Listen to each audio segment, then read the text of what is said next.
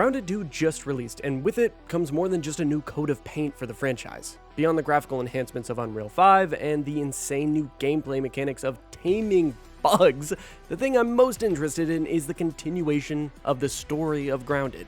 So in this video, Hey, do you mind? I'm gonna explain everything, starting with Grounded 1's story, where it ends off, and how it ultimately connects and leads into the sequel. If you like this video, stomp the like button, and let's begin. Hey, welcome back. Okay, yeah, I think he's... Okay, time to go.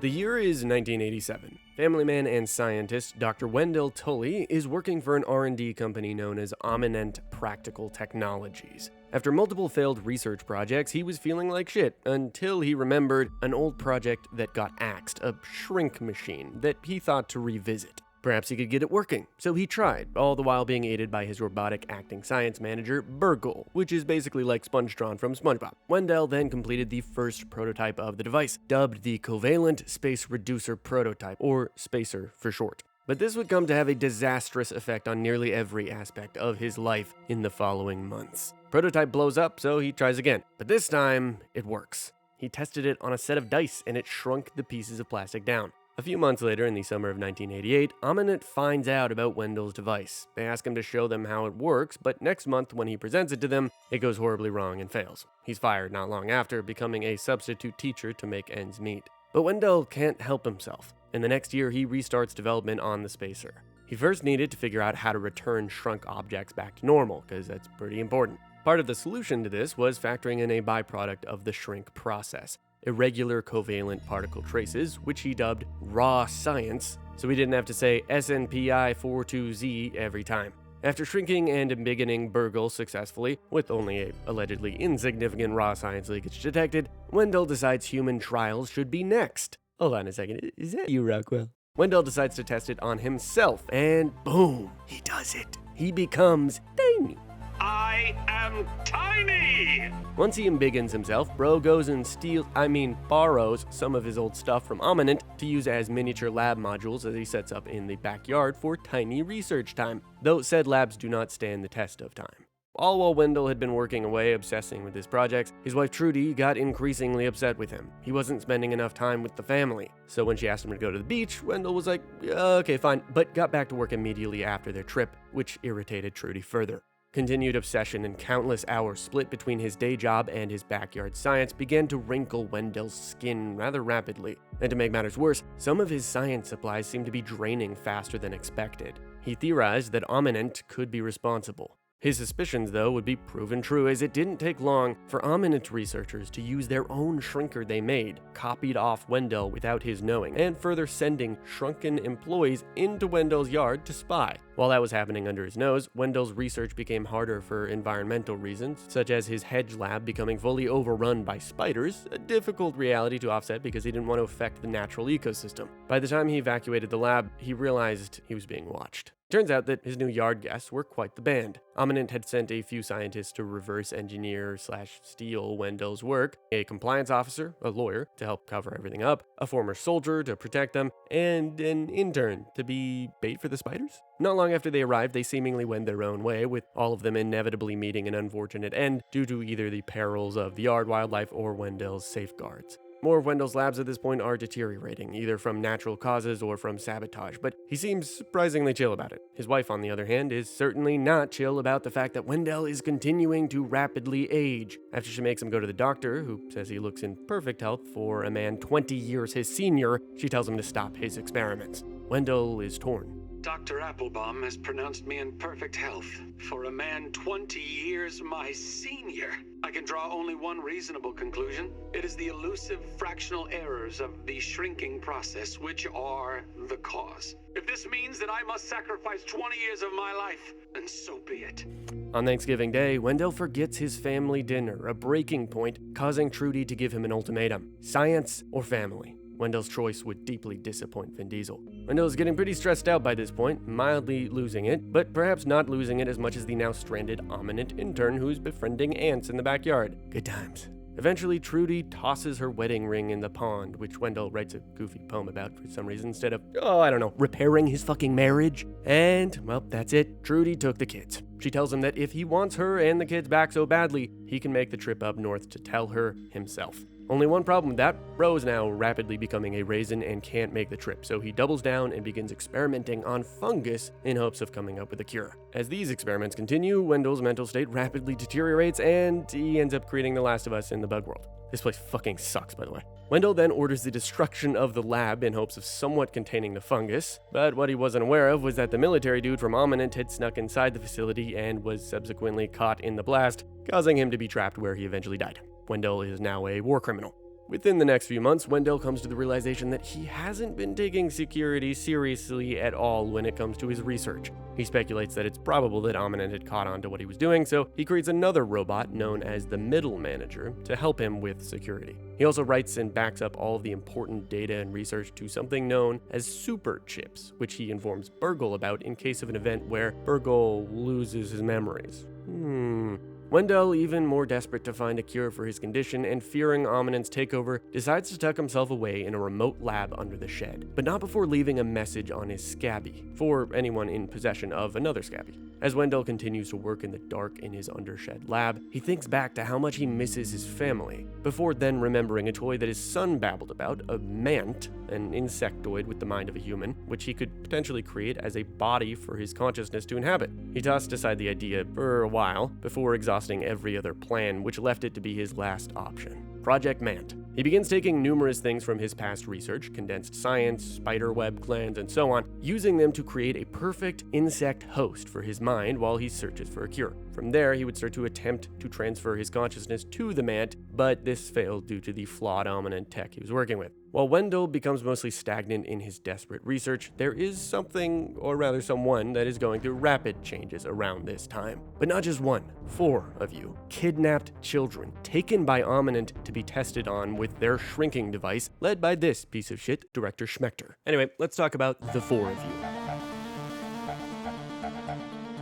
I'm going to temporarily disrupt the pacing of this video because before we talk about where you come into play in Grounded 1's story, we need to mention Punishing Gray Raven. Punishing Gray Raven is a free-to-play anime-style fast-paced action RPG that released back in 2021, and since its release, the game has been adding tons of fresh new content to spice things up. Speaking of which, the latest Punishing Gray Raven's anniversary update allows players to get 2,500 event construct R&D tickets simply for logging into the game, along with tons of other rewards. But that's just the tip of the iceberg. PGR is collaborating with a little-known game called Devil May Cry 5. Joining as collab characters, Dante and Virgil will make your team extra spicy. They even have the original voice actors, and Punishing Gray Raven recreated some of the classic Devil May Cry 5 moves. To get these characters, play through the collab story Lamento di Fantasma to get Dante for free. Doing collab research requires only 175 R&D tickets per attempt, which is normally 250 tickets, and the first 2 times you obtain Dante and Virgil, you get an additional copy of each. Plus, there's this Trial of Simulacrums event where you can challenge this version's boss, Mirrored Virgil. Completing event missions gives Echo's coding and Sandy Spectrum as a reward. So download Punishing Gray Raven today using my link in the description or pinned comment. While Bro tells his subordinates to terminate you and your fellow abducted friends, the employees are secretly like, bro, what the fuck? And build a little drop pod case for the kids to be securely placed inside. Bada boom, bada bang, they toss the case into the yard in the hopes that you and your tiny gang can potentially find Dr. Wendell, your only hope of returning to normal. And that is where your journey truly begins. You and your buddies, unless you decide to be a lone wolf, are instantly in the company of insects, some friendly and some not. You take in your new surroundings and begin immediately enacting Manifest Destiny as you terrorize the yard's residents by deforesting the area, building yourself a nice little cozy hideout, and dismembering and making equipment out of these poor ants. What the fuck? But hey, at least at some point you can make amends for the atrocities you've committed. The residents of the yard do not take kindly to your intrusion and sometimes get a bit feisty. They seem to always remember somehow. Anyway, after you gear up a little bit, your first objective is to investigate a weird machine nearby and to try and embiggen yourself with it. And it works. That's the end of the game. Just kidding. It actually causes a horrible reaction, and you see an explosion in the distance, and I guess that's kind of just our next lead. Heading to the source of the explosion, you find a lab, and subsequently inside of it, a robot tipped over on the ground. Oh hey, it's Burgle. You help him up, and he tells you in a very non-insulting way, of course, what's going on. Shrinking can be a traumatic experience for tiny human brains. You are in the main base of operations for the Yard, and there has been a raw science leak in the lab. But most importantly, Burgle's memory chips containing all of Wendell's project data have been damaged and lost. He tells you they've been scattered around the Yard in different lab locations. He tries to mark them for you, but he's only able to show you one, the Hedge Lab. He tells you to head over there first, but warns you that it's already been overrun. And so you take your trusty equipment and head to...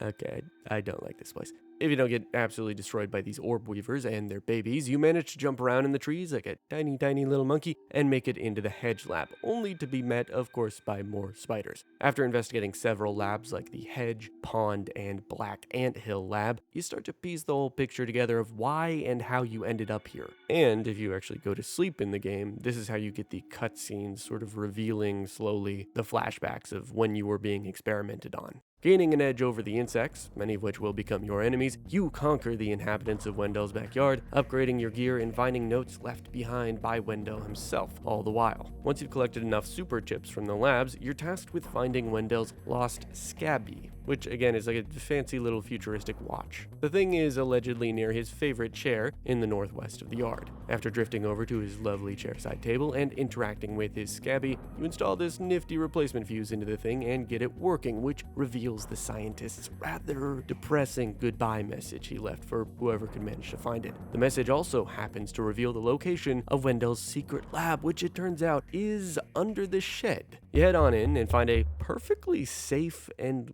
lovely little environment. What could possibly go wrong? I mean, come on, they even have cotton candy down here. This is gonna be fine. Go, go, go, go! Like, seriously, it's going to be alright. Go, my boy! There's not gonna be any bad things that occur. Run! So once you make it through the gauntlet of hell, you find the secret lab and are confronted with some mildly unnerving suggestions as to what you may soon encounter. Did Tully turn himself into an ant-man? No, he did not, but he did create an ant-man, or rather a man-ant. The Mant. The team and I fought this guy more than a few times and got our shit rocked. So after coping and seething, we called it a night and came back when we were a little bit more prepared. At last, we slayed Mr. Mant and pushed on forward to the next objective. Find Wendell Tully, whether he's still alive or dead. And at last, we do find him. Oh, holy shit, he wasn't joking about the whole raisoning thing.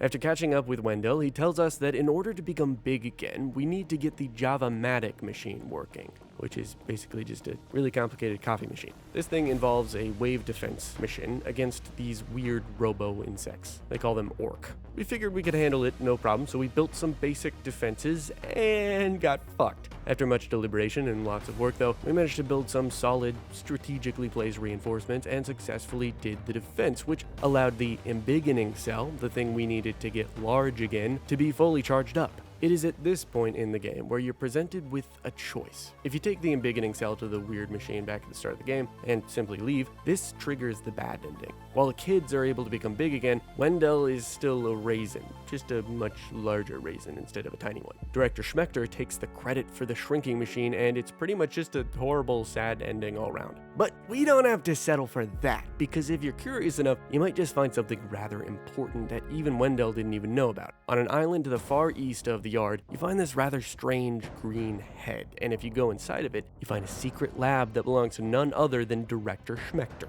Going inside, you are confronted with the little shit, in the form of a robot at least that's acting as his avatar, and once you destroy it, you get the Ominent data disk, and that is the key to getting the good ending. Since the Ominent data disk contains the cure for Wendell's raisoning, as well as being evidence itself for Ominent's evil shit, you head back to the embiggening machine and say farewell to the tiny Yard. In the good ending, Ominent blames Dr. Schmechter for their absolutely abhorrent and illegal behavior, like kidnapping and apparently killing teenagers. But they somehow get off the hook, at least partially, because big tech. It's the end of the game. The end of the game. Let's go. You did it. What is this song? Hurry up. It's over. It's so fun. Dude, they should have got Burgle on the mic and just had him rip like the hardest verse you've ever heard. Just like what song do we put for the credits? And then one of the developers was like, hold on a second. Well, let me lock in. Give me the fucking mic. It's not like a bonus sequence or anything. This is it. Okay, dude. The kids are mostly able to go back to their normal lives, and Dr. Wendell himself is able to become not a raisin and live with his family once again. All is well, a lovely, wholesome end, right? Well, not for long. Enter the game that you've probably been waiting for, Grounded 2.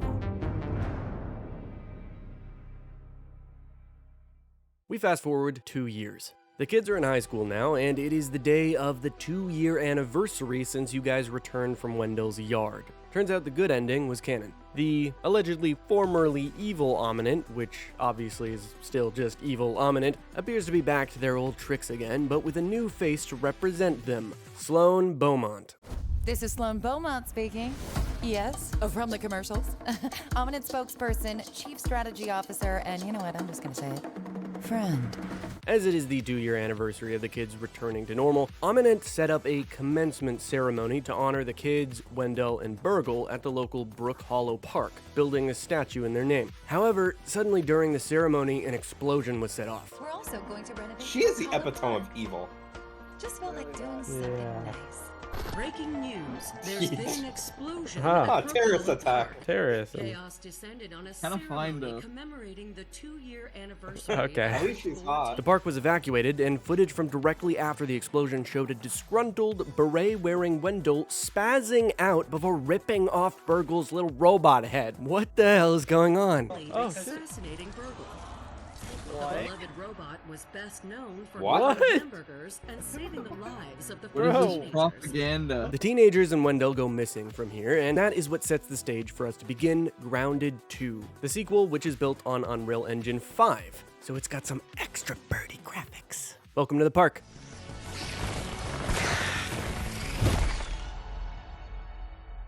The 4 kids wake up in a lab. After stepping outside their initial room, they look out the window and it turns out they're miniaturized again, and along with the transformation, they've got some kind of amnesia, similar to the first time they'd gotten shrunk. Apparently, they didn't even really remember much of the ceremony since the kids are strangely casual about the fact that they're miniature again. They find a TV showing Wendell committing the brutal act of robot decapitation, which Max then suggests is the whole reason they're shrunk again, to save Burgle. And hey, fair enough, because in Grounded 1's ending, we learn that Burgle became very good friends with the kids, acting as their science mentor and assistant after the embiggening and subsequent escape from Wendell's yard. Once the kids find the Pneumatic Transit System, or PTS, this little tube elevator that Ominent utilizes to traverse the many floors of their teeny tiny facilities, they head on down to the base level and grab a nifty new piece of technology. One you may be familiar with, the Scabby 2K. This upgraded Fallout Pip-Boy looking thing is what lets you truly start the game, since you can now access the god-awful user interface. But don't worry, they are most definitely going to change the UI throughout or by the end of early access, since the game literally just came out. As you explore the base level of the facility, you learn that there have been miniaturized Ominent employees working here across the park and within the corporate infrastructure. This revelation made obvious as you find uneasy employee voice recordings.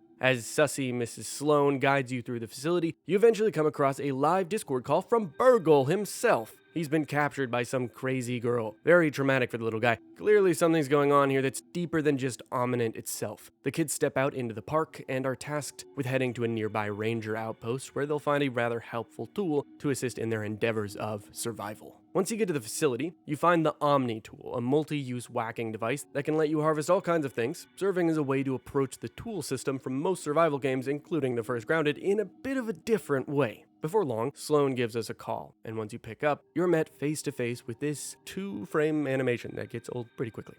Oh my God, you're alive. Oh, I was so worried. Not killing teenagers. It's my whole thing.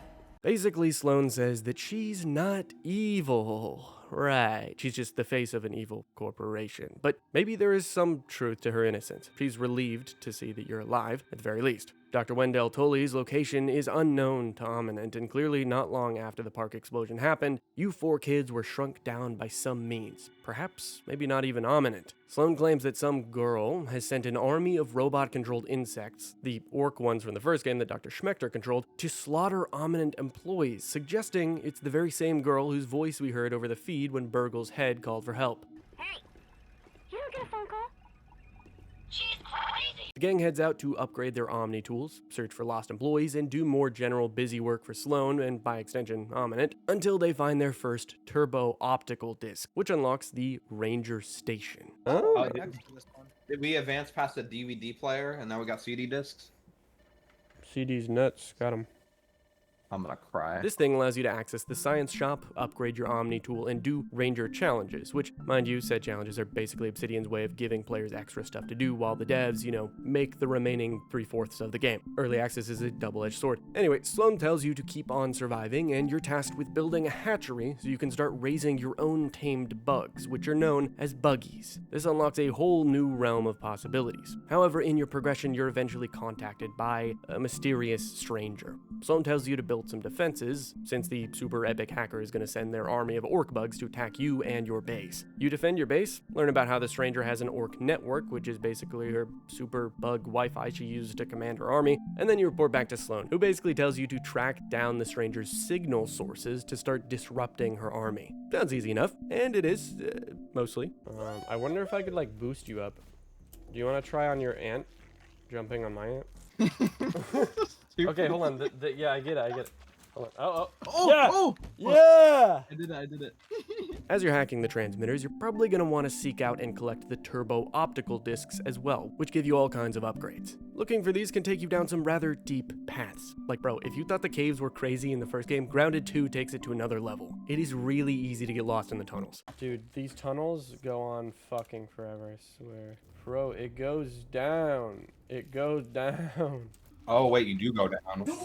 Oh! Inevitably, once you've hacked enough signal sources, you find out where the stranger has been residing this whole time. As it turns out, she's taken over an Ominent facility located inside the Burgle statue. Of course they'd do that. With not a moment to spare, you head onward to the network center and face an onslaught of boss enemies, which aren't too difficult to dispatch in the launch version of the game at least. Once you reach Burgle's statue, you climb up his ass, and boom, we're here. As we progress through the floors, we find clues and little lore tidbits about the kids themselves. Willow's hospital wristband, Peter's ID card, since he apparently worked at Ominent in the time between now and the end of the first game, and Ollie Hoop's report card. We also see Max making the news for turning his personal tragedy into humorless comedy, according to this article. But back to the task at hand, save Burgle. We need to find his head, and to do that, we need to restore the network center, since the stranger had basically sabotaged the place with her shitty mind-controlled bugs. Once you bring it online, you head up on the last elevator tube to your final destination, at least for now.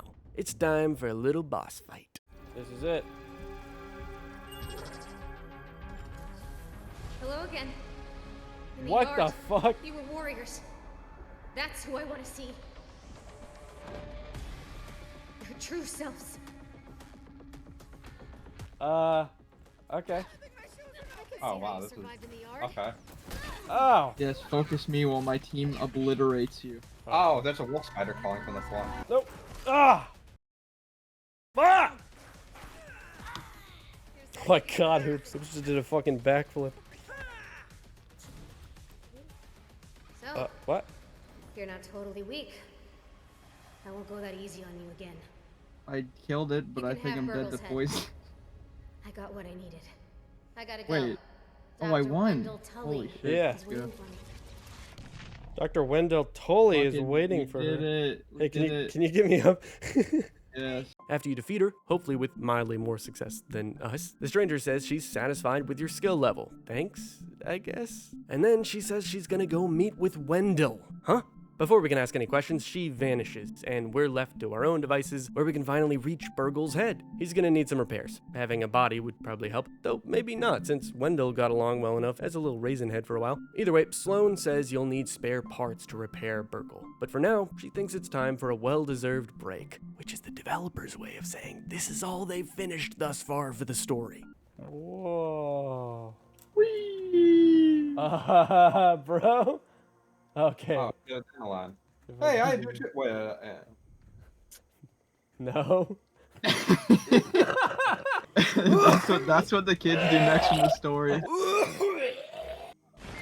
And with that, we complete the story of Grounded 2 for now. Keep in mind, this video covers everything that we've got thus far, and I'll absolutely be making a follow-up once more of the story is fleshed out over time. So far, I think the story of the sequel is working pretty well for the game. It's not necessarily weaker or stronger than the first, it's just Obsidian doing what they do best, creating great narratives for even greater games. But now I'm eager to find out what happens next, and to get answers to some big questions. Who is the mysterious stranger, beyond an edgy teenager that got shrunk? I'm almost fully certain that she's the 5th kid from the first game that we get hinted at, considering she constantly talks about trying to make you stronger through tests and wants to make sure you're as strong as you were in the yard. But why is she so vindictive of Ominent? What role did Ominent play in the whole explosion at the park? And where the hell is Wendell? Oh, also just a quick theory. There's a good chance Wendell was being mind controlled when he ripped Burgle's head off, because look, he was tweaking and wearing a beret, which he doesn't normally do. Beret could also potentially be an upscaled orc mind control device, or something's hiding under it. I don't know. Also, in the notes you find around the yard, there's currently 3 from the mysterious stranger herself, and in one of them is a letter draft to one of the 4 kids, asking them to ditch the others and join the stranger, seemingly because the stranger has a crush on them. Based on the context clues of the note talking about how the kid in question is so bold and cool and knows what's wrong with the world, it's literally just Willow. Come on, it's gotta be Willow. But hey, those are just 2 theories. Let me know what you think about the expanding grounded narrative in the comments below. Hey guys? Hello? Anyone? I think they forgot about me. Anyway, if you enjoyed this video, subscribe to my channel. I tell the stories of all kinds of games, and there's a good chance I've covered or will be covering one that you are obsessed with. Big shout out to my patrons and YouTube members on the left here, and thanks for watching. Oh, he's back. Okay. Shit.